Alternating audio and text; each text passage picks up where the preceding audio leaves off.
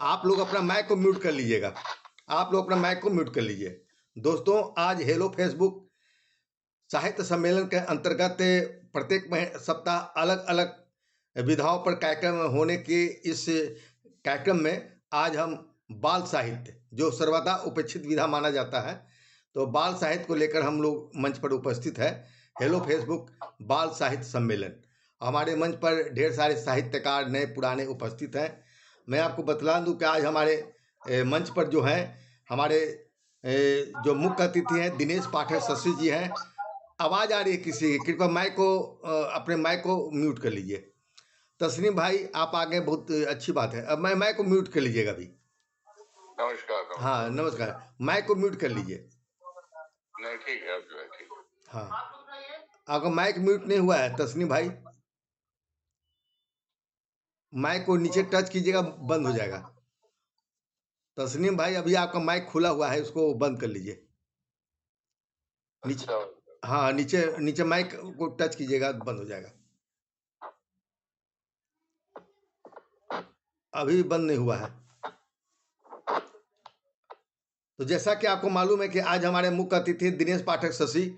हम हमेशा खुला आमंत्रण देते हैं, किसी की आमंत्रण नहीं आई थी, उन्हें सहज रूप से स्वीकार किया। हमारे बहुत पुराने मित्र भी हैं और उनका मैं संक्षिप्त परिचय दूंगा। हमारे आज की अध्यक्षता कर रहे हैं लखनऊ से, नोएडा के अब रहने वाले हैं प्रदीप कुमार शर्मा जी, विख्यात साहित्यकार समीक्षक हैं हमारे मंच पर। और इसके साथ ही मैं आपको बतला दूं कि हमारे मंच पर भी जो जुड़े हैं वे हैं नमिता सिंह, मीना कुमारी परिहार, घनश्याम राम, प्रियंका खरीनवाल, तारिक असलम तस्नीम, निर्मल कुमार डे, ममता तिवारी और भरत तोमर। इसमें निर्मल कुमार डे तो एक पाठक के रूप में है, श्रोता के रूप में है। अच्छी बात है।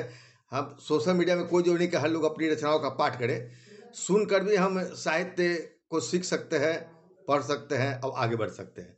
हम इसको और सबसे पहले मैं बतला दूं कि आज हमारा हमारे मंच पर जो पुष्पा पांडे, जैसा हमें जोड़ना ही पड़ता है इसीलिए थोड़ा सा बीच में। तो हमारे जो आज के हमारे जो अध्यक्षता निभा रहे हैं वे हैं प्रदीप कुमार शर्मा जी, जो 46 साल से मीडिया के विभिन्न स्वरूपों से जुड़े हुए हैं। Akashvani, Doordarshan, private channels, film, serials, commentary करने के साथ साथ कवि सम्मेलनों का प्रतिभागी रहे हैं और कविता, लघु कथा और कहानियों का विगत कई वर्षों से वे लिख रहे हैं और उसकी बहुत ही सशक्त समीक्षा भी करते हैं। लघु कथाओं की समीक्षा भी करते रहे हैं। देश के वरिष्ठतम आरजेएस में से एक होने का उन्हें गौरव प्राप्त है। 35 वर्षों से गणतंत्र दिवस, स्वतंत्रता दिवस और क्रिकेट कमेंट्री कर रहे हैं और संसद भवन, राष्ट्रपति भवन से विभिन्न आयोजनों की कमेंट्री करते रहे हैं और उनकी 2 पुस्तकों पर वे काम भी कर रहे हैं। ऐसे प्रदीप शर्मा जैसे शख्स को अपने मंच पर पाकर मैं धन्य महसूस करता हूं और उनको मैं बहुत बहुत आभार प्रकट करता हूं कि उन्होंने आज हमारे मंच पर उपस्थित होकर अपनी उपस्थिति दर्ज किया है। अब आइए दिनेश पाठक शशि, जो एक प्रतिभाशाली साहित्यकार हैं, हमारे साथ रेल कर्मी रह चुके हैं। दोनों आदमी रेल में थे, अभी अवकाश प्राप्त कर चुके हैं और दोनों ही व्यक्ति को रेलवे बोर्ड द्वारा पुरस्कृत भी किया जा चुका है। मैं उनका संक्षिप्त परिचय के रूप में बतलाना चाहूँगा कि वे 1957 में जन्म लिए हैं और बुलंद शहर उत्तर प्रदेश के हैं। वे विद्युत इंजीनियरिंग में एमए किया है और इसी रूप में वे रेलवे में कार्यरत भी थे। रेलवे में सीनियर सेक्शन इंजीनियर के पद पर वे सेवानिवृत्त हो चुके हैं। उन्होंने उनकी किताबों की चर्चा करूंगा तो बहुत समय लग जाएगा, मुझे बहुत कम समय में यह कार्यक्रम संपन्न करना है। मैं इतना बता दूं कि उन्होंने दर्जनों पुस्तकें लिखा है। वो कविता की, लघु कथा, कहानी और खासकर लघु कथा के क्षेत्र में उत्तर प्रदेश की संस्था ने, उत्तर प्रदेश हिंदी संस्था ने उन्हें सर्वोच्च बाल साहित्य सम्मान से उन्हें पुरस्कृत और सम्मानित किया है। ऐसे शख्स को अपने मंच पर पाकर मैं काफ़ी धन्य महसूस करता हूं और हमारे मित्र हैं उनको हम बहुत बहुत धन्यवाद देते हैं इतनी सफलता के लिए। चैतन्य चंदन जी भी हमारे मंच पर जुड़ गए हैं, विन्यास प्रकाशन के चैतन्य चंदन जी। हार्दिक स्वागत है चेतन चंदन जी का।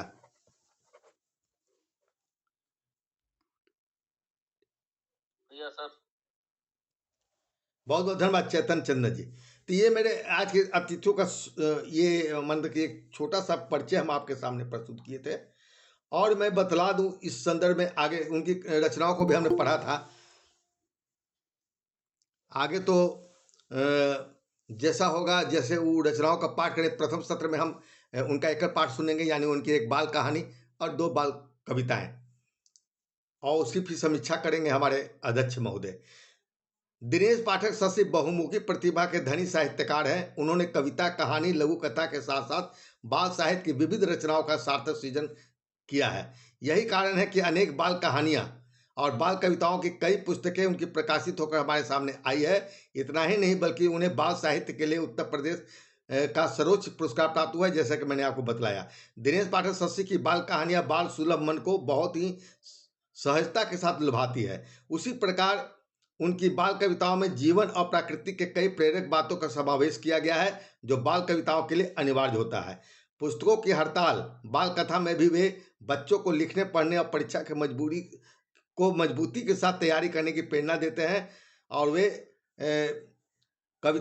उनकी कविताओं में भी बाल चंचलता और सुलभता दोनों आकर्षित करती है।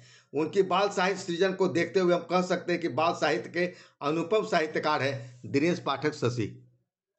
पुष्प रंजन जी भी जुड़ गए हैं, उनका हार्दिक स्वागत है। और ढेर सारे रचनाकार हमारे मंच पर हैं। ये उनको नमस्कार। नमस्कार, धन्यवाद आपका।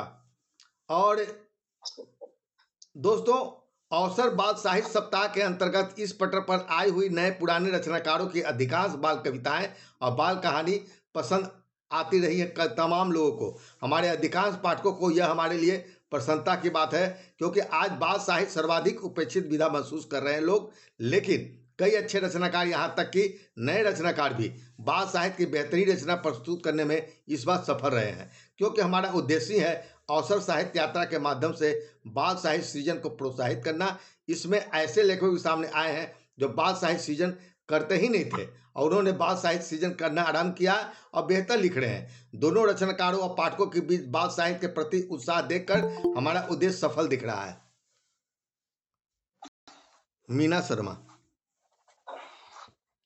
मेरी कोशिश होगी कि भविष्य में इनमें से चुनी हुई सारगर्भित और बाल साहित्य को हम साहित्य विविधा के अंतर्गत पुस्तक के रूप में प्रकाशित करेंगे। आप लोगों का सहयोग अपेक्षित है, और मैं इससे अधिक नहीं बोलना चाहूँगा, और चीज़ें आप पटर पर देख लेंगे, क्योंकि बहुत अधिक बोलूँगा तो फिर हम रचनाओं से वंचित रह जाएंगे। अब हम सीधे सीधे जाते हैं आज के मुख्य अतिथि की ओर, और मुख्य अतिथि को हम आमंत्रित करना चाहेंगे कि कृपया दिनेश पाठक शशि जी, आप कृपया मंच पर आएँ। इस कार्यक्रम का आरंभ करते हुए आपसे निवेदन है कि आप अपनी एक बाल कहानी और अपनी 2 बाल कविताओं का पाठ करें। दिनेश पाठक शशि जी। जी, सभी को मेरा प्रणाम, राधे राधे। सबसे पहले मैं कहानी पाठ करने से पहले सिद्धेश्वर जी से कहना चाहूंगा कि बाल साहित्य, जैसा कि उन्होंने कहा कि उपेक्षित रहा है और आज भी है, लेकिन ऐसा नहीं है। आज बाल साहित्य बिल्कुल भी उपेक्षित नहीं है, क्योंकि आज मेरी जानकारी में बाल साहित्य पे बहुत सारे शोध हो रहे हैं। यहाँ तक कि मेरे बाल साहित्य पे खुद जो है 7 विश्वविद्यालयों से इस वक्त शोध हो रहा है। डॉक्टर कामना ने बाल साहित्य पे डीलिट भी किया है। तो इस तरह से बाल साहित्य कभी रहा होगा उपेक्षित, लेकिन आज समय बदल रहा है और ऐसा नहीं। धन्यवाद। अब मैं अपनी एक कहानी पुस्तकों की हड़ताल, आप रचनाओं का पाठ, हम इस पर फिर चर्चा कभी करेंगे दिनेश पाठक से। हमको उपेक्षित कहने का मतलब ये नहीं था कि उसके प्रति ध्यान लोग नहीं दे रहे। कहने मतलब उसमें गोष्ठियाँ वगैरह बहुत, जितनी कविता गोष्ठी, लघुकथा गोष्ठी, कथा गोष्ठी होती रही है, बाल साहित्य पर गोष्ठियाँ कम हो रही है। मैं यहाँ पर यह तत्पर था, नहीं तो बाल साहित्य तो अपने आप में संपूर्ण है। मैं इस पर फिर कभी चर्चा करूँगा। आपकी रचना पाठ का स्वागत है। धन्यवाद। मेरी बाल कहानी का शीर्षक है पुस्तकों की हड़ताल। आकाशदीप, ओ आकाशदीप। अपना नाम सुनकर आकाशदीप ने पीछे मुड़कर देखा तो बासु ने हाथ में पकड़ा कार्यक्रम उसे थमा लिया। लो, आज तुम कक्षा में दिखाई नहीं दिए तो तुम्हारा कागज भी मैं ही ले आया। अगले सप्ताह से परीक्षा शुरू होगी। धन्यवाद कहकर आकाशदीप ने वासु से परीक्षा कार्यक्रम का कागज ले लिया और खोलकर पढ़ने लगा। अरे, इस बार तो सारे पेपर लगातार हैं, बीच में एक भी दिन की छुट्टी नहीं। उसने सारी पुस्तकें एवं नोट्स ढूंढकर रैक में रखने शुरू किए ताकि परीक्षा के समय ढूंढने में परेशानी न हो। अरे, अंग्रेजी की पुस्तक किधर है? मम्मी, आपने मेरी पुस्तक देखी है क्या? बस्ते में पुस्तक ढूंढते हुए उसने पूछा। मुझे क्या पता है तेरी पुस्तकों का? कभी समय सभी जगह पर रखे तो मिले पुस्तक। स्कूल से लौटते ही तो तू फेंक देता है इधर उधर। मम्मी की डांट सुनकर वह चुप रह गया, पर ढूंढने पर उसे एक भी विषय की पुस्तक नहीं मिली आज। चलो नोट्स ही रखता हूँ, सोचकर उसने नोट्स ढूंढने शुरू किए। ये भूगोल का नोट्स, ये इतिहास का। दोनों नोट्स अलग अलग हाथों में पकड़े हुए उसने एक दूसरे में मारे और साफ कर रैक में रख दिए। अंग्रेजी विज्ञान के नोट्स किधर है? अंग्रेजी विज्ञान के नोट्स किधर है? उसने फिर खोजना शुरू किया। हाँ, अंग्रेजी का यह रहा। पुराने अखबारों के बीच से अंग्रेजी के नोट्स बाहर खींचकर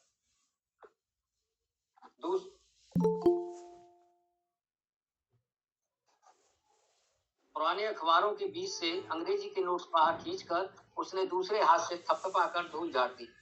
इसको भी रैक पर रख देता हूँ। वह रैक की ओर बढ़ा तो यह देखकर चौंक पड़ा कि थोड़ी देर पहले रखे इतिहास भूगोल के नोट्स भी रैक से गायब हैं। वह घबरा उठा। अभी तो इतनी देर में कोई रैक के पास आया भी नहीं, नोट्स कहाँ जा सकते हैं? वह रुआसा हो उठा। तभी उसके कानों में किसी के खिलखिलाते हंसने की आवाज गूंजी। हैं? ये कौन बता? मेरी पुस्तक नहीं मिल रही, नोट्स नहीं मिल रहे, और ये ऊपर से हंसने वाला कौन आया? गुस्से में वह चिल्लाया। कौन है? मैं तुम्हें मारूंगा हंसोगे तो। एक बार फिर हंसी गूंज उठी। उसने घूम कर देखा तो देखता ही रह गया। गणित, अंग्रेजी, हिंदी, भूगोल, सब विषयों की पुस्तक एक दूसरे के हाथ में हाथ डाले आकाशदीप को परेशान व खींचता देखकर खिलखिला उठी। यहाँ तक कि अभी अभी थोड़ी देर पहले रैक पर रखे इतिहास भूगोल के नोट्स भी उन्हीं हंसने वालों में शामिल हैं। किसको ढूंढ रहे हो आकाशदीप? भूगोल के नोट्स ने हंसकर देखा। आपको ही तो ढूंढ रहा हूँ, गुस्से को दबाते हुए वह बोला। क्यों? हमको क्यों ढूंढ रहे हो? इतिहास की पुस्तक ने आंख मटकाई। 5 दिन बाद परीक्षा शुरू हो रही है ना, आप नहीं मिलोगी तो मैं तैयारी कैसे करूंगा? रुआसा सा वह बोला। अच्छा, तो लल्लू को परीक्षा के कारण हमारी याद आई है? पूरे वर्ष तो हमें इधर उधर फेंकते रहते हैं, तब याद नहीं आती? देखो कैसी बुरी हालत हो गई है मेरी। अंग्रेजी की पुस्तक में ताना मारा, और मुझे तो देखो, कवर चढ़ाना तो दूर, मेरे शरीर के अंदर ब्लेड चला चलाकर सारे चित्र भी काट लिए हैं। हिंदी की पुस्तक ने जगह जगह से अपना कटा शरीर दिखाया। इसलिए हम सब हड़ताल पर हैं तथा हमने फैसला कर लिया है कि तुम्हारे पास नहीं रहेंगी अब। सारी पुस्तक एक साथ बोली। नहीं नहीं, ऐसा मत कहो, मैं फेल हो जाऊंगा। आकाशदीप ने हार मानते हुए हाथ जोड़े। नहीं, ऐसे नहीं, पहले कान पकड़कर 10 बार उठक बैठक लगाओ और वायदा करो कि अपनी लापरवाही की आदत को छोड़ भविष्य में सभी पुस्तकों को साफ सुथरा रखोगे तथा कहीं भी फेंक देने की बजाय सही जगह पर रखोगे। पृष्ठों को प्लेट से काटोगे भी नहीं। मैं वायदा करता हूँ, आप हड़ताल मत करिए। अरे, किस चीज का वायदा कर रहा है आकाशदीप? माँ की आवाज सुनकर आकाशदीप की आंखें खुल गईं। अरे, वह तो एक सपना था। बिस्तर से उठते हुए उसने माँ के पैर छुए। माँ, भले ही वह सपना था, पर मैंने तो वायदा किया है, उसे पूरा करूंगा, कहकर उसने सपने की सारी बातें माँ को बता दी। माँ ने मुस्कुराकर उसके सिर पर हाथ रख दिया। चल, सपने से ही सही, तुझे समझ तो आई? बहुत बढ़िया, बहुत बढ़िया, बहुत बढ़िया। बाल जी, धन्यवाद। कहानियाँ, प्रेरक बाल कहानी आपकी थी। बाल कविताएं, आपकी 2 बाल कविताएं आप प्रस्तुत कीजिए। जी, बहुत सुंदर। जी, धन्यवाद। एक बाल कहानी, बाल कविता, छुप छुप चलती, अपनी सबसे पहले मैं चंदा मामा पढ़ता हूँ। चंदा मामा कविता में मैंने एक नया प्रयोग किया है। चंदा मामा के ऊपर बहुत सारी कविताएं अब तक लिखी जा चुकी हैं, सूरज पर भी, लेकिन मैंने इस कविता में एक नया प्रयोग किया है। उसमें एक छोटी बच्ची है और एक बच्चा है। बच्चा अपनी बहन से अक्सर प्रश्न पूछता रहता है। उसके प्रश्नों को सुन सुन के बच्ची परेशान होती है और वो चंद्रमा से ही सीधे सीधे उनके उत्तर मांगती है। तो सुनिए मेरी कविता चंदा मामा। चंदा मामा मुझको बहुत सताते हो, तकती रहती राह तुम्हारी, नहीं समय पर आते हो। इतने बड़े हो गए फिर भी शर्म नहीं तुमको आती, आते हो तुम रोज देर से, राह देख मैं सो जाती। तारों की इस महासभा के तुम प्रधान बन जाते हो। चंदा मामा मुझको बहुत सताते हो। भैया मुझसे रोज पूछता, चांद कहाँ पर रहता है, क्या खाता है क्या पीता है, शीत घाम क्यों सहता है। कभी चांद के गाल फूल कर कुप्पा से हो जाते हैं, कभी पिचक कर रोटी के टुकड़े जैसे हो जाते हैं। भैया की इस अबुझ पहेली में क्यों हमें फंसाते हो। चंदा मामा मुझको बहुत सताते हो। क्या तुमने भी नेताओं की तरह घोटाले कर डाले, इसीलिए क्या लगा रखे हैं अपने होठों पर ताले। क्या तुमने भी स्विस बैंक में अपना खाता खोला है, कहाँ छुपा रखा है मामा टॉफी वाला झोला है।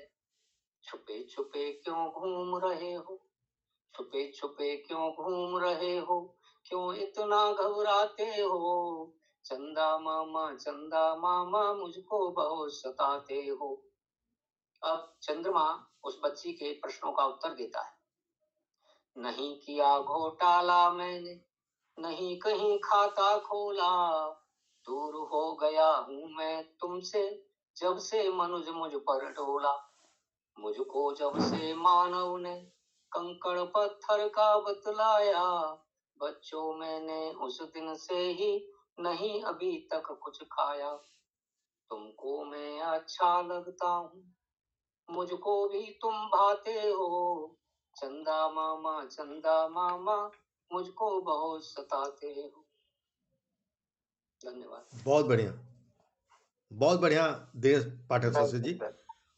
एक छोटी सी आप बात कविता पढ़ सकते हैं यदि है वो तो, छोटी सी। जी चलिए, एक कविता ठंड के ऊपर पढ़ देता हूँ, ठंड के असर पर।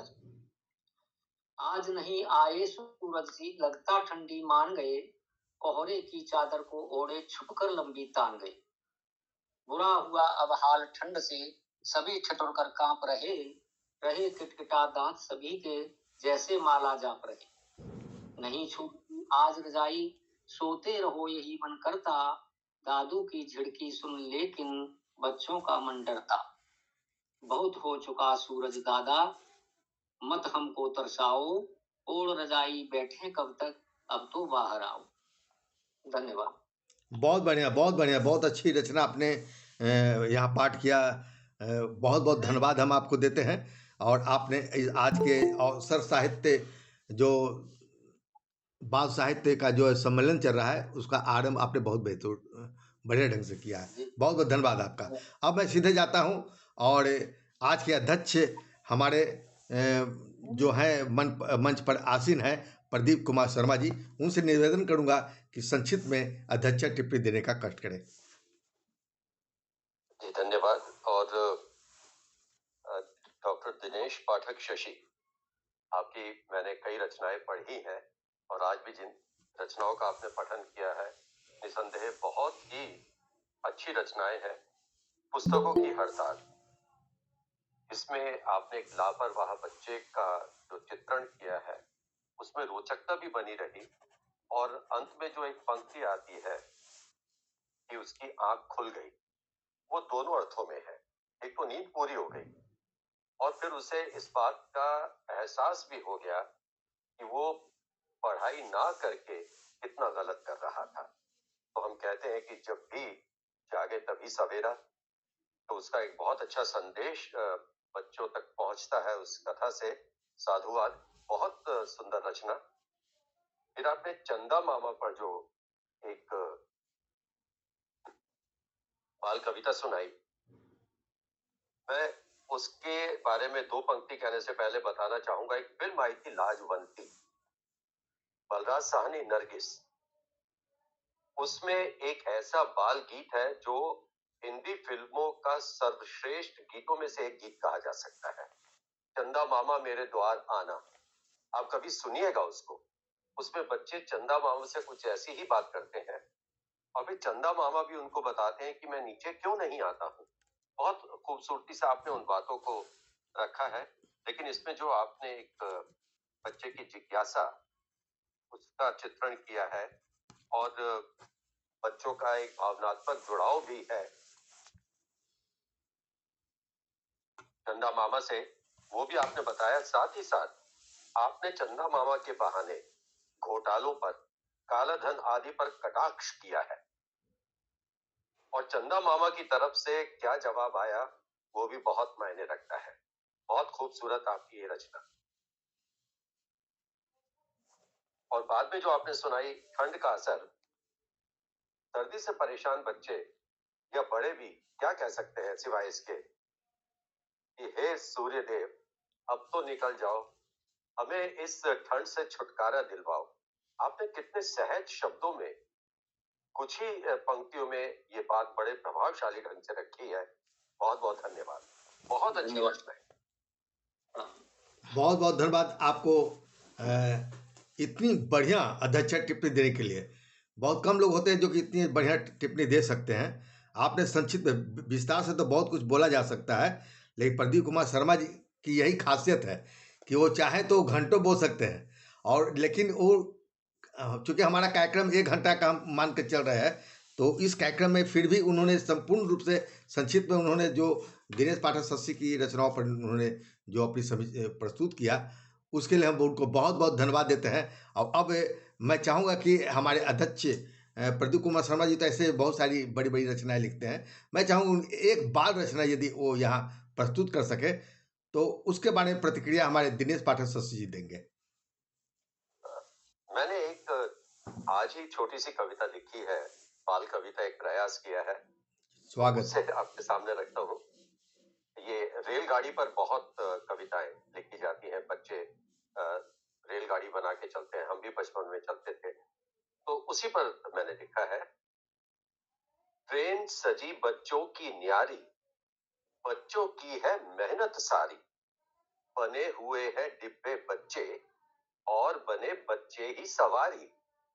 बच्चों ने ही टिकट बनाए, बच्चों ने ही भरी सवारी। कोई बूढ़ा बनकर बैठा और बना कोई व्यापारी। बच्चा एक बना बाबूजी, एक बना मम्मी प्यारी। गार्ड ने झंडी हरी दिखाई, चलने की हो गई तैयारी। इंजन ने भी सीटी मारी, चली चली ये ट्रेन हमारी। छुक छुक करती ट्रेन हमारी, चली चली ये ट्रेन हमारी। क्या बात है, क्या बात है। आज आपने लिखा और आज के इस कार्यक्रम के लिए आपने लिखा, बहुत बड़ी बात है, बहुत बढ़िया आपने लिखा है। निश्चित तौर पर यदि हमारा प्रयास जारी रहे तो हम एक से एक सार्थक सृजन कर सकते हैं। हमारे मुख्य अतिथि जो हैं दिनेश शशि जी, वे इस पर 2 शब्द बोलेंगे संक्षिप्त में। जी, अभी आपने रेलगाड़ी के ऊपर कविता सुनाई और मैं भी पहले रेलगाड़ी के ही ऊपर सुनाने वाला था, लेकिन बाद में फिर मैंने बदल दिया था उसको।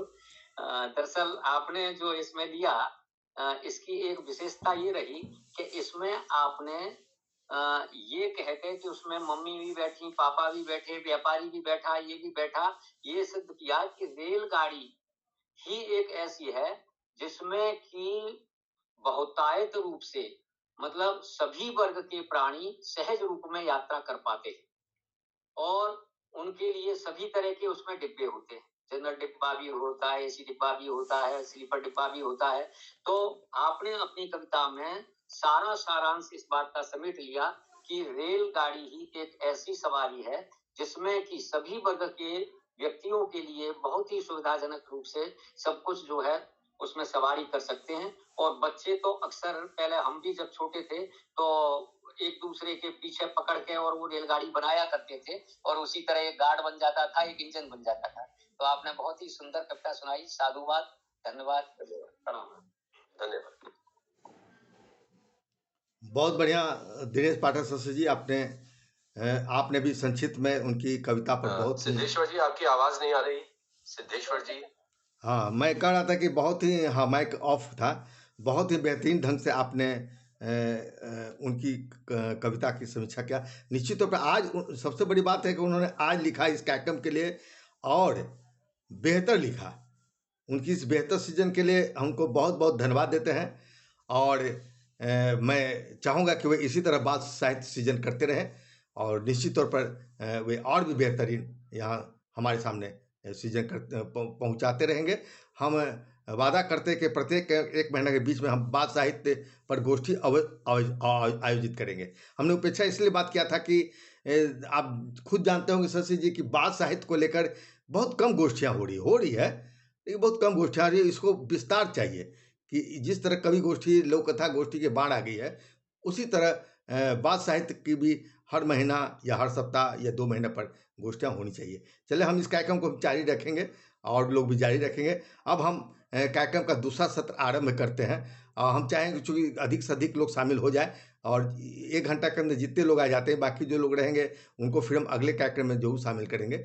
और इसमें बहुत संक्षिप्त में यदि कोई टिप्पणी देना चाहें हमारे अध्यक्ष महोदय सुधार के लिए, तो 1 लाइन में बोल सकते हैं, नहीं तो समवेत रूप से हमें चाहें कि अंत में यदि वो दे तो ज़्यादा बेहतर है अधिकतर टिप्पणी, और नहीं तो प्रत्येक कविता के बाद में यदि वो चाहे तो एक लाइन 2 लाइन में कविता अच्छी है या उस पर क्या सुधार चाहिए, इससे लोगों को सीखने का मौका मिलेगा। तो मैं अपनी एक बाल कविता के साथ हम आगे बढ़ते हैं और फिर लोगों को आमंत्रित करेंगे। मैंने भी एक बाल कविता इधर लिखा है, और वो कविता है कि फुलवारी के फूल दिखते कितने प्यारे प्यारे, फुलवारी के फूल दिखते कितने प्यारे प्यारे, रंग बिरंगे फूल गले मिलते एक दूसरे के सारे, कांटों की चुभन सह जाते हैं ये वे हंसते हंसते, कभी अच्छा कभी बुरा मौसम की मार वे सहते, बड़े सब्र से करते हैं बसंत मौसम का इंतजार, खुदकुशी नहीं करते वे हार कर गम के मारे, फुलवारी के फूल दिखते कितने प्यारे प्यारे, रंग बिरंगे फूल गले मिलते एक दूसरे के सारे, फूलों के होठों पर रहती है सदा हंसी मुस्कान, जीवन को राह दिखलाती और देती है वह ज्ञान, प्यार की सुगंध फैलाती है वह चारों ही दिशाएं, फूलों के संग भंवरे और तितलियों के संग निराले, फुलवारी के फूल दिखते कितने प्यारे प्यारे, रंग बिरंगे फूल गले मिलते एक दूसरे के सारे। तो अपनी इस बाल कविता बाल गीत के बाद हम आमंत्रित करना चाहेंगे नमिता सिंह, जो सबसे पहले जुड़ी थी, हमारे मंच पर उपस्थित हैं। तो जिस क्रम से लोग जुड़े हैं मैं उस क्रम से आमंत्रित कर रहा हूँ। नमिता सिंह, कृपया आप आइए और अपनी एक बाल रचना, छोटी सी बाल रचना, मैं चाहूँ कि एक ही रचना सब लोग पाठ करें ताकि अधिक से अधिक लोग शामिल हो सके। नमिता सिंह जी, बिना कोई भूमिका का आप सिर्फ कविता पढ़िए, एक कविता, एक बाल कविता। बिल्कुल बिल्कुल, मैं एक अपनी छोटी सी बाल कविता सुना रही हूँ।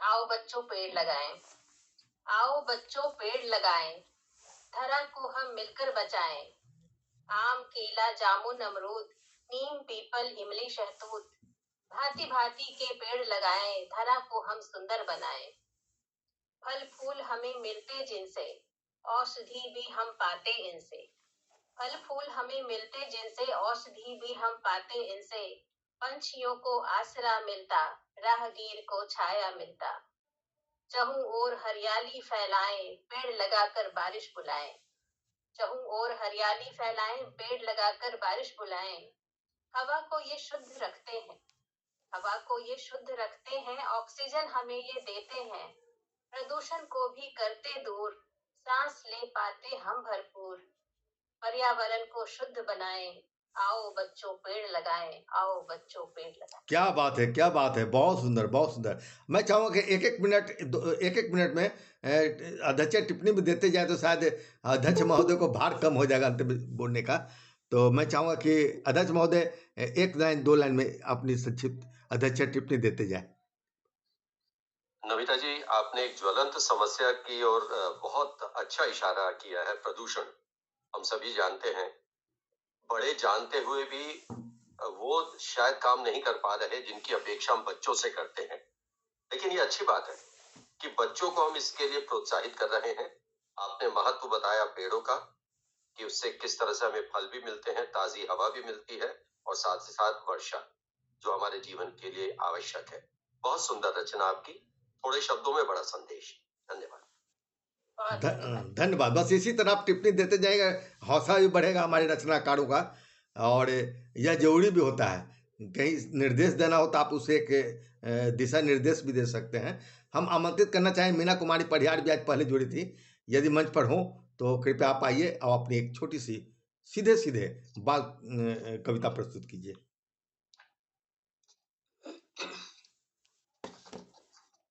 जी नमस्कार। आप सभी विद्वज्जनों का मैं हार्दिक अभिनंदन करती हूँ और रचना की ओर चलती हूँ। आपके समक्ष एक रचना रखती हूँ। अम्मा वो देखो, तोता शीर्षक हमने रखा है, तोता। अम्मा वो देखो, पेड़ पर बैठा तोता, कितना सुंदर है लगता, सबके मन को खूब भाता। अम्मा एक पिंजरा ला दो, मेले से एक तोता भी तो, मेले से एक तोता, पिंजरे में रखूंगा उसे, हरी मिर्च खिलाऊंगा, प्यार से उसे मिट्ठू का उसे बुलाऊंगा, सुबह सुबह राम नाम की रट सुनूंगा, सुबह सुबह घर आंगन राम, मैं उसके संग उससे बातें करूंगा, अपनी बातों से उसे रिझाऊंगा। धन्यवाद। धन्यवाद मीना कुमारी। इस पर टिप्पणी देंगे हमारे प्रदीप जी, सुझाव देते मीना हुए। जी, आपने तोते के सभी गुण बता दिए, और बच्चे के मन में क्या क्या उठ सकता है कि तोते के साथ वो क्या करेगा, क्योंकि एक सहज प्रवृत्ति होती है ये। तो उसके मन में भी एक बात आई कि मैं भी उसे अपने घर में पिंजरे में रखूं और उसके साथ बात करूं, उसे मिट्ठू कहूं। लेकिन हम साथ साथ ये भी बात करते हैं कि हम पक्षियों को कैद ना करें। तो कुछ इस तरह से पालने का अगर आप एक उसमें दिखाएं कि वो उनके साथ खेलने आता भी है और फिर वो अपना उड़ जाता है, तो मुझे लगता है थोड़ा सा और प्रभाव पड़ेगा। लेकिन बाल मन को आपने उभारा है, बहुत खूबसूरती से उभारा है। धन्यवाद। मुझे लगता है कि प्रदीप जी एक शुक्रिया। सुझाव यहाँ यह भी देना चाहेंगे कि चूंकि बच्चों की कविता है तो इसमें सपाट वाणी थोड़ी सी कम होनी चाहिए, जहाँ तक होना चाहिए कि उसको लेआत्मकता ले जाए तो और बेहतर प्रस्तुति हो सकती है, जहाँ तक मुझे लगा। अब इसके बाद हम सीधे सीधे आगे बढ़ते हैं, और घनश्याम जी हमारे मंच पर उपस्थित है, जो गज़ल के लिए जाने जाते हैं, और उन्होंने बाल कविताओं को अपनी गज़लों में ढालने का प्रयास किया है, और पटल पर कई गज़लें उनकी आई थी। मैं घनश्याम कालजई जी को आमंत्रित करता हूँ उनकी एक बाल गज़ल के साथ। माँ शारदे को नमन और पटल पर सभी उपस्थित हाजिरों को प्रणाम। एक छोटी सी बाल गजल है, इसका उन्वान है मेरी नानी। मेरी नानी प्यारी नानी, मेरी नानी प्यारी नानी, जाऊं तुझ पे वारी नानी। पीठ झुकी पर ऊंची गर्दन, पीठ झुकी पर ऊंची गर्दन, सारे जग से न्यारी नानी। मेरी नानी प्यारी नानी, जाऊं तुम पे वारी नानी। खेल खिलौने मोटर गाड़ी, खेल खिलौने मोटर गाड़ी, देती है पिचकारी नानी। मेरी नानी प्यारी नानी, जाऊं तुझ पे वारी नानी। कल्प वृक्ष सी देती सब कुछ, कल्प वृक्ष सी देती सब कुछ, हम सब की फुलवारी नानी। मेरी नानी प्यारी नानी, जाऊं तुझ पे वारी नानी। शैतानी भी अनदेखा कर, शैतानी भी अनदेखा कर हम सबको पुचकारी नानी, मेरी नानी प्यारी नानी, जाऊं तुझ पे वारी नानी। और कहती जो चाहे ले बच्चों, कहती जो चाहे लो बच्चों, खोल दिया अलमारी नानी, मेरी नानी प्यारी नानी, जाऊं तुझ पे वारी नानी। और ममता की मूरत मम्मी पर, ममता की मूरत मम्मी पर, मम्मी की मातारी नानी, मेरी नानी प्यारी नानी, जाऊं तुझ पे वारी नानी। और सारे घर का बोझ उठाती, सारे घर का बोझ उठाती, इतनी है बेचारी नानी, मेरी नानी प्यारी नानी, जाऊं तुझ पे वारी नानी। क्या बात है, बहुत धन्यवाद। क्या बात है, क्या बात है, क्या बात है, क्या बात है, बहुत खूब, बहुत खूब घनश्याम जी। इस पर अध्यक्ष टिप्पणी प्रदीप जी। जी घनश्याम जी, बहुत आपने इसमें अच्छी अच्छी बातें शामिल कर दी। कल्प वृक्ष नानी को कहा गया, क्योंकि वो कुछ भी अगर उनसे मांगे तो वो इच्छा पूरी करती हैं। ये नानी की एक महानता है, शैतानी को अनदेखा ही कर देती हैं, ये सच्चाई है। एक बड़ा अच्छा इसमें लगा मुझे, मम्मी की महतारी मामी। ये बहुत अच्छे शब्द इस्तेमाल किया वाह, आपने। जी जी जी, बिल्कुल बिल्कुल। सबसे अच्छा मुझे लगा इसमें एक आपका बंद, उसका उसकी एक पंक्ति, पीठ झुकी पर ऊंची गर्दन। क्या बात देखिए, है, उम्र की वजह से पीठ झुक सकती है, लेकिन स्वाभिमान है उनमें। वो इतनी विनम्र है, बच्चों के लिए सब कुछ करती हैं, लेकिन स्वाभिमान से कोई समझौता नहीं। बहुत अच्छे घनश्याम जी, बहुत खूबसूरत। बहुत धन्यवाद सर, बहुत धन्यवाद। बहुत बढ़िया अध्यक्ष टिप्पणी आप दे रहे हैं हमारे प्रदीप जी। निश्चित तौर पर मुझे जो उम्मीद रहती है, आप जिस व्यक्तित्व के हैं, वह लोग देख रहे हैं कि संक्षिप्त में भी आप कितनी ऊंची ऊंची बातें कह जा रहे हो, कितनी भीतर तक आप, तह तक आप पहुंच रहे हैं। एक अध्यक्ष की यही भूमिका होती है। हम आपको बहुत बहुत धन्यवाद देते हैं इतनी अच्छी अध्यक्ष टिप्पणी देने के लिए संक्षिप्त में। और अब हम सीधे सीधे आगे बढ़ते हैं, और हमारे मंच पर प्रियंका खंडेलवाल जी हैं क्या? यदि कोई केवल पाठक श्रोता के रूप में आए तो पहले बोल देंगे, और कोई बात नहीं है। जो रचना पढ़ना चाहते हैं तुरंत मंच पर आए और अपनी एक रचना प्रस्तुत करें। प्रियंका खंडेलवाल जी हैं? चलिए, जब तक वो आते हैं हम आगे बढ़ते हैं। नहीं ना, हम आगे बढ़े ना। चलिए ठीक है। तारिक असम तस्लीम जी हैं क्या मंच पर? अब वो आए थे, वे बहुत दिनों से पहले भी बाल रचनाएं वो लिखते रहे हैं काफी दिनों से, और यदि उनके पास रचना हो तो मैं चाहूंगा कि तारिक असम तस्लीम जी मंच पर आए और अपनी एक रचना प्रस्तुत करें। तारिक असम तस्लीम जी हैं क्या मंच पर? आवाज बहुत आ रही, किनकी माइक खुली हुई है? किसी के माइक खुली हुई है? माइक पर तस्लीम जी की तबीयत खराब चल रही है, पता नहीं वो अभी है कि नहीं है। हमारे मंच पर निर्मल कुमार जी तो बोल दिए कि आज हम श्रोता के रूप में मंच पर उपस्थित हैं, तो हम उसके आगे बढ़ते हुए हमारे मंच पर ममता तिवारी जी हैं। ममता तिवारी जी एक सशक्त रचनाकार हमारे मंच पर उपस्थित हैं, और मैं चाहूंगा कि वे बतलाते हुए कि आप कहाँ से उपस्थित हैं और अपनी आप एक बाल रचना प्रस्तुत करने का कष्ट कीजिए। ममता तिवारी जी। जी, मंच और आप सभी को नमन। मैं ममता तिवारी छत्तीसगढ़ से हूँ, जांजगीर चांपा जिले से। जी, स्वागत है। बहुत अच्छा लग रहा है आप सभी की बाल रचनाएं सुनकर, बहुत अच्छा लगा। मैंने प्रयास किया है एक गजल नुमा शिक्षाप्रद, जी मैं वो पढ़कर सुना रही हूँ। जी, स्वागत है। चांद चमकता चांदी जैसा, चांद चमकता चांदी जैसा, सबको अति प्यारा लगता है। चलता रहता रजत रंग रख, हमको आवारा लगता है। धूप खिला था पीला पीला, स्लेटी स्लेटी छाया बादल, आसमान भी नीला नीला, हमको तो सारा लगता है। हरा हरा हरा है पेड़ डालियां, भूरा भूरा सा है पर्वत, अंधड़ बने अदृश्य पवन यह, कभी यही हारा लगता है। रंगहीन पानी चमकीला, सूरज सोना सा चमकीला, कत्थई आंखें गिलहर की, सिमटा पुचकारा लगता है। सागर का है रंग फिरोजी, ये धरती है अपनी धूसर, नारंगी तट तट सांझ सुहानी, ऊंधा सा किनारा लगता है।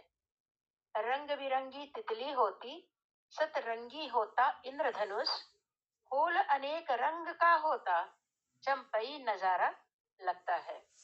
लाल गुलाबी श्वेत श्याम डल, बादामी मासूरी प्याजी, बैगनी जामनी भी सुंदर, सब रंग हमारा लगता है। बहुत बहुत धन्यवाद ममता तिवारी जी, बहुत अच्छी जी। प्रस्तुति, अध्यक्ष टिप्पणी। जी ममता जी, आपने रंगों को अलग अलग चीजों के साथ जोड़कर जो ये एक रचना की है, उसमें बच्चों को सीखने में बहुत मदद मिलती है। हम अक्सर यही करते हैं कि रंगों से जोड़कर, लेकिन कुछ जगह मुझे ऐसा लगा जो लिंग भेद है उस पर थोड़ा सा ध्यान देना चाहिए।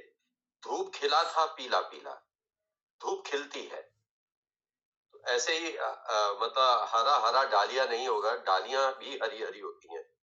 तो थोड़ा सा इन चीजों पे अगर आप ध्यान रखें तो मुझे लगता है और प्रभावशाली हो जाएगा।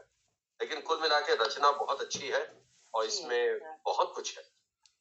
धन्यवाद। निश्चित तौर पर आपका सुझाव उन्हें और बेहतर लिखने के लिए वो प्रेरित करेगी, और हम बहुत बहुत धन्यवाद देते हैं ममता जी को।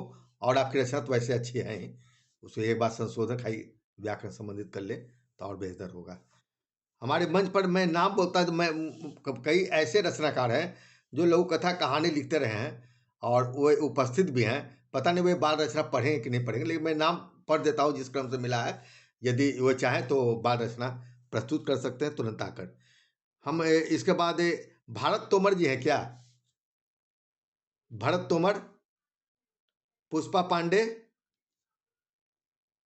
पुष्पा पांडे नहीं दिख रही है सर। नहीं थे। चैतन्य चैतन्य चैतन्य किरण जी जुड़े थे, मंच पर हैं क्या? जुड़े थे, उसके बाद नहीं दिख अच्छा रहा है। अच्छा अच्छा, चलो अच्छी बात है। पुष्प रंजन जी तो होंगे, वो तो लाइक भी कर रहे हैं। और पुष्प रंजन रंजन जी भी दिख रहे थे, बट अभी तो नहीं दिख रहा है मुझे। नहीं, काफी लोग जुड़े हुए हैं मंच पर अभी भी। चलिए कोई बात नहीं है। और मंच पर जो लोग कविता पढ़ना चाहते हैं, दिव्यांजलि करके कोई है क्या? मंच पर यदि और लोग कविता पढ़ना चाहते हैं तो सामने राजप्रिया रानी जी हमारे मंच पर उपस्थित है। राजप्रिया रानी जी, यदि आप मंच पर हो तो आप सामने आइए। दिव्यांजलि है क्या? कौन बोल रहे हैं? मैं सर राजप्रिया रानी बोल रही हूँ। हाँ हाँ, तो आप माइक सामने आइए ना, आपकी तस्वीर नहीं आ रही है। हाँ हाँ ठीक है, धन्यवाद। राजप्रिया रानी जी जो कविता कहानी तमाम चीज़ें लिख रही हैं, बाल कविता कैसी लिखती है ये तो मंच पर आने के बाद हम लोग उनको दिशा निर्देश भी देंगे, और आना भी चाहिए। काफ़ी तीर्थ यात्रा करके लौटी हैं, मैं उनसे निवेदन करूंगा कि आप अपनी एक बाल कविता यहाँ प्रस्तुत करने का कष्ट कीजिए। राजप्रिया रानी जी, और लोग भी तैयार रहें, कोई समय समाप्ति की ओर है, और दो एक लोग शामिल हो सकते हैं, तैयार रहिएगा। राजप्रिया रानी जी। जी सर, मैं एक लड़कियों पे, बालिकाओं पे मैंने एक कविता जो पहले लिखा हुआ था, मैं आज पढ़ी क्योंकि मुझे समय नहीं मिला था सर कि मैं अलग से लिख सकूं, तो मैं एक कविता आपके समक्ष प्रस्तुत करती हूं। स्वागत है। सम्मानित मंच को मैं सादर नमन करती हुए एक छोटी सी कविता है, उम्मीद भरा आसमां। उम्मीदों भरा आसमां। मैं चंचल कोमल बाला हूँ, मैं चंचल कोमल बाला हूँ, समझो तो शीतल ज्वाला हूँ। मैं शांत गगन की गरिमा हूँ, अरुणोदय की लालिमा हूँ। मैं तपती धूप की छाँव हूँ, बेफिक्री की आलम हूँ। मैं गुनगुने शाम की निष्ठा हूँ, निश्चल भोर की अंगड़ाई हूँ। मैं बेटी फूल का गुलशन हूँ, मैं बेटी फूल का गुलशन हूँ, अखंड सृजन का मंथन हूँ। मैं लोक लाज की दर्पण हूँ, करुणा राग की अर्पण हूँ। आक्रामक ज्वार की तपिश हूँ, अटूट रिश्तों की कशिश हूँ। मैं घर आंगन की सौंधी हूँ, मैं घर आंगन की सौंधी हूँ, उज्जवल भविष्य की आंधी हूँ। अभिलाषाओं की तृष्णा हूँ, नव युग की मैं कृष्णा हूँ, मैं बदले तंत्र का सख्त इरादा हूँ, मैं सैलाब का सहज किनारा, मैं अंगारों की क्रंदन हूँ, मैं शीत लहर का कंपन हूँ, मैं लोक संस्कृति की स्वामिनी हूँ, उन्मुक्त मंच की वाहिनी हूँ, मैं अंजुमन की चंदन हूँ, दिवा शक्ति की लंदन, शक्ति की सतवंती हूँ, मैं चंचल कोमल बाला हूँ, समझो तो शीतल ज्वाला हूँ, मैं विध्वंस रूप की काली हूँ, सौंदर्य रूप की लाली हूँ, मैं चंचल कोमल बाला हूँ, समझो तो शीतल ज्वाला हूँ। धन्यवाद सर। धन्यवाद राजप्रिया रानी जी। और इस पर हमारे अध्यक्ष महोदय। देखिए, एक लड़की की या एक नारी की जो शक्ति भी है या उसकी विशेषताएं हैं, उनको आपने उभारा है। और शीतल ज्वाला हूँ, ये पंक्ति मुझे बहुत अच्छी लगी। शीतल ज्वाला, वैसे तो विरोधाभास होता है ये, लेकिन इसी से कई बार उभारा जाता है कि ठीक है मैं शांत हूँ, लेकिन अगर अपनी पे आ जाऊं तो फिर मैं विध्वंस भी कर सकती हूँ, भस्म भी कर सकती हूँ। अच्छा संदेश इसमें, और अच्छा आपने इसको लिखा है। बस एक बात मैं अनुरोध करना चाहता हूँ सभी से, आपकी रचनाएं बहुत अच्छी हैं, अगर उसका पाठन थोड़ा और अच्छा हो जाए, कहाँ थोड़ा सा रुकना है, किन शब्दों पर थोड़ा सा अधिक जोर देना है, तो उससे आपकी बात उभर कर आती है। तो इस पर आप जरूर काम करें, सभी, मतलब हम सभी को करना चाहिए ये काम। धन्यवाद। धन्यवाद। आपका इसे दिशा निर्देश रचनाकारों को आगे बढ़ने की प्रेरणा देगी। निर्मला कंज जी हमारे मंच पर उपस्थित हैं। वे बाल, कविता, कहानी सब कुछ लिखती रही हैं। मात्र मैं 2 रचनाकारों को ले पाऊंगा, इसके बाद एक और रचनाकार आ जाए जो पहले हमने नाम लिया था, वो तैयार रहेंगी। अच्छी रचनाएं सुन रही हूँ। तो मैं आपसे निवेदन करूंगा कि आप जल्द में एक रचना प्रस्तुत कीजिए, बाल रचना। माँ सरस्वती को जी, माँ सरस्वती को माँ सरस्वती को नमन करते हुए और मंच पर उपस्थित सभी साहित्यकार जिनको नमन करते हुए मैं अपनी रचना सुना रही हूँ। शीर्षक है इंद्रधनुष की सीख। बरखा का मौसम है आया, बादल करते मनमानी, घन गर्जन के शोर में झमझम बरस रहा है पानी। देखो बिजली चमक रही है, ठनका भी गिरने वाला, चुन्नू मुन्नू भीतर आओ, देखो बादल है कितना काला। दादी ने खींचा बच्चों की आंख में भर गया पानी है, दादी ने खींचा बच्चों की आंख में भर गया पानी है, दादी तो करने ना देती जरा सी भी मनमानी है। बारिश की पानी में छप छप करना तो हम भूल गए, बारिश की पानी में छप छप करना तो हम भूल गए, जो छुट्टी हुई इससे अच्छा तो हम रहते स्कूल गए। दादी से गुस्सा होकर चुन्नू मुन्नू रूठे रूठे से बैठे हैं, दादी से हैं बात न करते मुंह फुलाए, देखो कैसे ऐठे हैं। इससे तो अच्छा दीदी के संग सदा हम रहते थे, दीदी मतलब मेड घर की। इससे तो अच्छा दीदी के संग सदा हम रहते थे, वह सुनती सारी बातें जो हम उनसे कहते थे। दादी वापस जब जाएगी हम सुख चैन से रह लेंगे, दादी वापस जब जाएगी हम सुख चैन से रह लेंगे, दादी की टोका टाकी से भी मुक्ति हम पा लेंगे। इतने में दादी ने बुलाया, बच्चों जल्दी बाहर आओ, कितना सुंदर इंद्रधनुष है, देख इसे तो अब मुस्काओ। कहाँ कहाँ का शोर मचाकर दोनों दौड़े बाहर आए, 7 रंग का झूला नभ में स्थिर देखा पंख फैलाए। हर बारिश के बाद इंद्रधनुष नभ में क्यों नहीं आता है, कभी जो दिखता नभ में यह कभी कहाँ छिप जाता है। फिर दादी ने कथा बनाकर सिखलाया किरणों का खेल, बारिश धुले नभ में होता जब किरण और बूंदों का मेल। सूर्य किरण का जब आवर्तन नभ में बूंदों से होता है, स्वच्छ आकाश में दूर तलक तब इंद्रधनुष दिखता है। दादी अब तक दूर रही क्यों पास हमारे जो तुम रहती, ऐसी कितनी सारी बातें तब हमको तुम सिखलाती। बच्चे कहते हैं, दादी मुस्काकर बोली, बच्चों अभी तो तुम रूठे थे, मेरी वर्जनाओं से दुखी हो सजल नयन बैठे थे। क्षमा करो दादी हमको अब तुम्हें नहीं जाने देंगे, साथ तुम्हारे रहकर ऐसी कितनी हम बातें सीखेंगे। दादी भी थी बड़ी सोच में, बच्चों की क्या गलती है, एक साथ रहने पर ही तो प्रेम और श्रद्धा पलती है। इंद्रधनुष ने दादी को भी बात बड़ी है सिखलाया। इंद्रधनुष ने दादी को भी बात बड़ी है सिखलाया।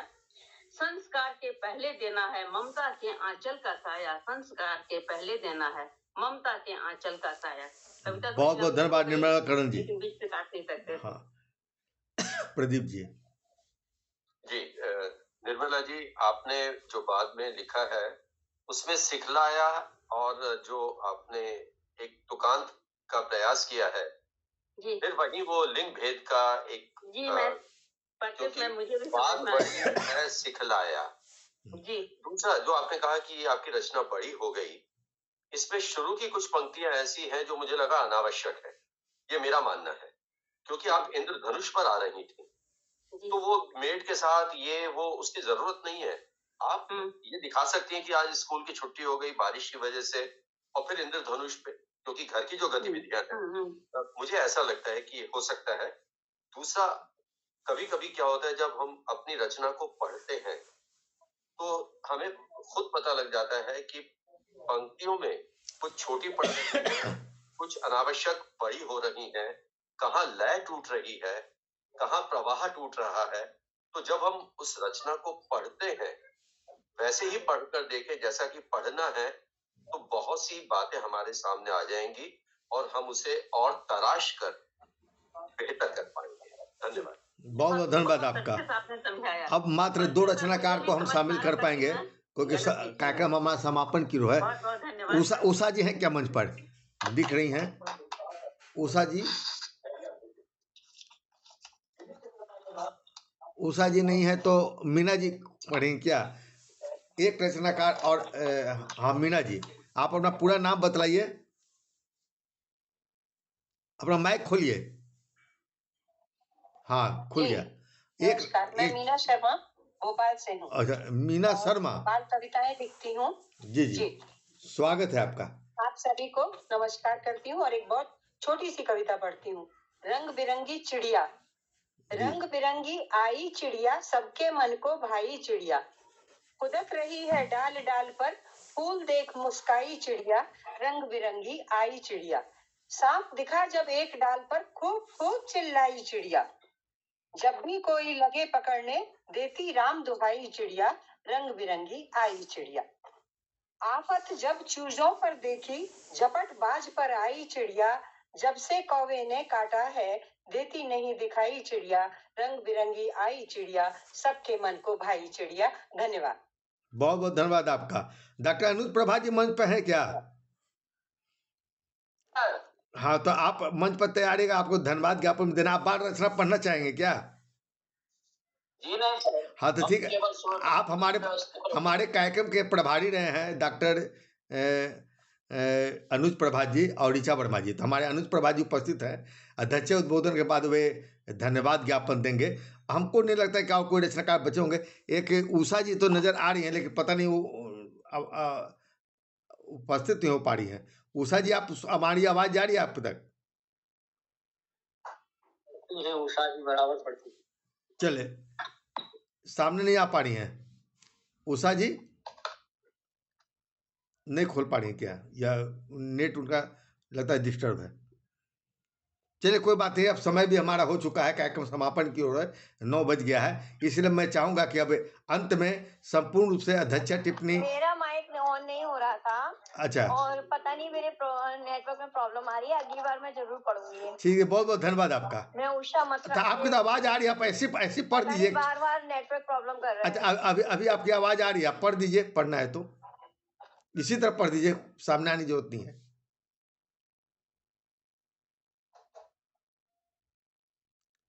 अच्छा चलिए, आप फिर अगली बार पढ़िएगा।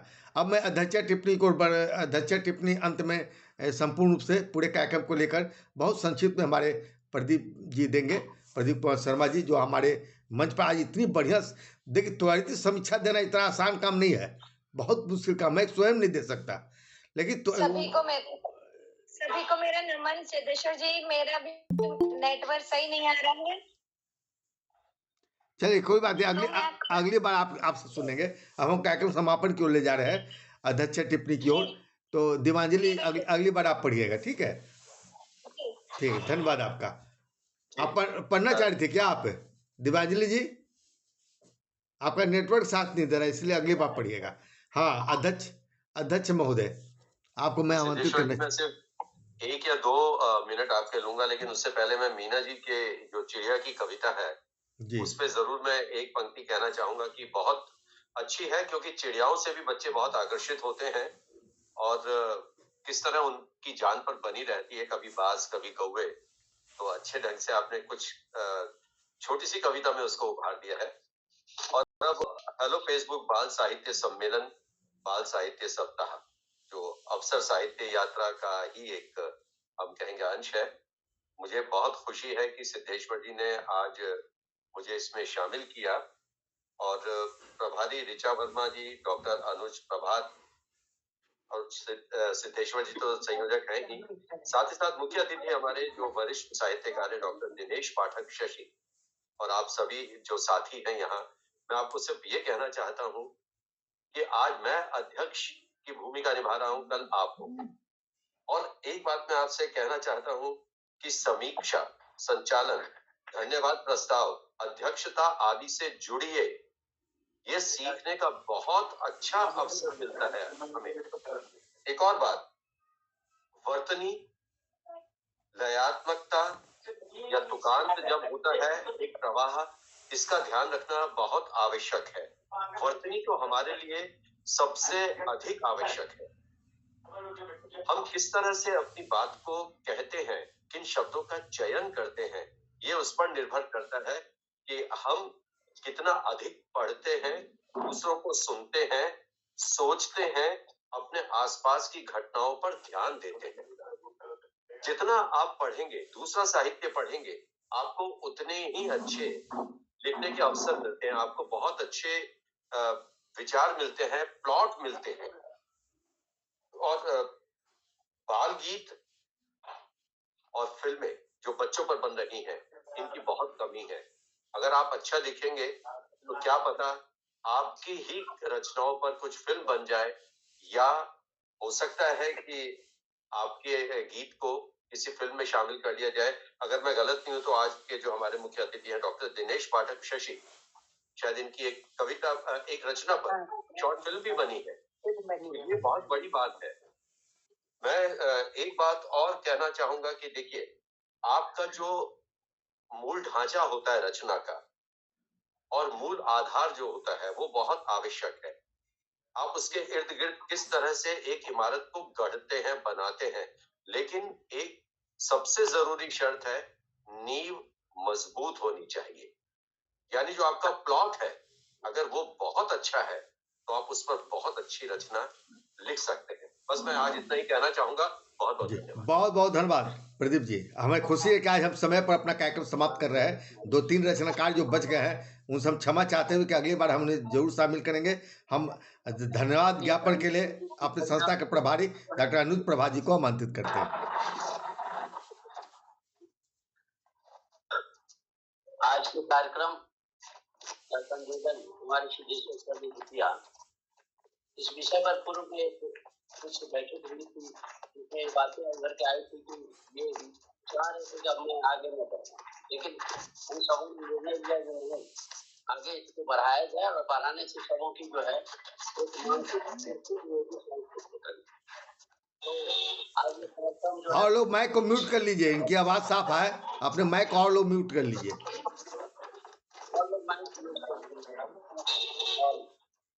सबसे बड़ी बात आज मुझे सबसे अच्छी लगी कि हमारे बीच डॉक्टर दिनेश पाठक शशि जी मुख्य अतिथि हैं, और उससे भी बेहतर लगा प्रदीप कुमार शर्मा जी जो अध्यक्ष हैं। और मैं भूलूंगा नहीं सर कि आज आपने जो टिप्पणी की है वो इतना सार्थक और सटीक टिप्पणी है कि हम सबों को एक जो है चेतना भी माने जगाने का काम करती है, और टिप्पणी आपकी, और साथ साथ एक संदेश भी है कि भाई कविताएं हम रचे तो कैसे रचे। पंक्तियों का कैसे उपयोग करें, वर्तनी को कैसे ध्यान दें, शब्दों का कैसे उपयोग करें और पढ़ने के समय हम कैसे उच्चारण करें शब्दों का, कहाँ रुके, कहाँ विराम दें, ये सबसे बड़ी बात मुझे अच्छी लगी। मैं आपका इसके लिए तो बहुत शुक्रगुजार हूँ जो हमारे मंच को आपने एक अच्छी चीज दी और हमारे सभी साहित्यकार बंधु इससे लाभान्वित होंगे और अनुभव भी करेंगे कि हम कहाँ कुछ कर पाए। सर मैं बाल कविता लिखता नहीं हूँ और कभी एक बाल साहित्य लिखा था, कभी बालक में एक बार रचनाएं छपी थी, जमाना गुजर गया, लेकिन उसके बाद से मैं साहित्य से जुड़ा हूँ, हमारा कृपया माइक म्यूट कर लें। माइक को म्यूट कर लीजिए उषा जी। हाँ, तर्पण में आप हमारे तर्पण को पढ़िए, उसमें अच्छी अच्छी रचनाएं हैं, उस पर आपकी उन्हें सिद्धेश्वर जी ने एक प्रयास किया है हम लोग के विचार से। पाठकनामा मैंने आप कोई पत्र देना चाहें तो उसके लिए उसमें कुछ चाहेंगे जो क्या उसमें लिखा करिए, हमारे जिनकी रचनाएं उसमें आई थी उस पर हम चाहेंगे प्रदीप जी की कुछ बातें भर आए, लोगों के लिए अच्छा बने। और आज के कार्यक्रम में आप लोगों के उपस्थित हमारे सम्मानित सभी जो सहभागी हैं उन सबों के प्रति हम आज आभार प्रकट करते हैं। सिद्धेश्वर जी के संयोजन में हम आपके प्रति नतमस्तक हैं। आप सबकी उपस्थिति के लिए धन्यवाद। बहुत बहुत धन्यवाद सभी मित्रों को, सभी अतिथियों को। और हम कार्यक्रम को अब यहाँ पर समाप्त करते हैं। पहली बार हम अपने समय पर अपने कार्यक्रम समाप्त किए, 5 मिनट अधिक हुआ है, कोई बात नहीं। जो लोग रह गए हैं अगली बार पूरी तैयारी के साथ आएंगे। और एक बात और, जितने लोग हैं अपनी तस्वीर हमारे पटर पर जरूर डाल दीजिएगा ताकि हम उसका समाचार में उपयोग कर सकें। और अपनी रचना जो डाल दिए हैं, जो नहीं डाले वो अपनी रचना भी वहाँ डाल सकते हैं। और कल से हमारा आरंभ होगा लघु कथा, सोमवार से लघु कथा सप्ताह आरंभ होगा।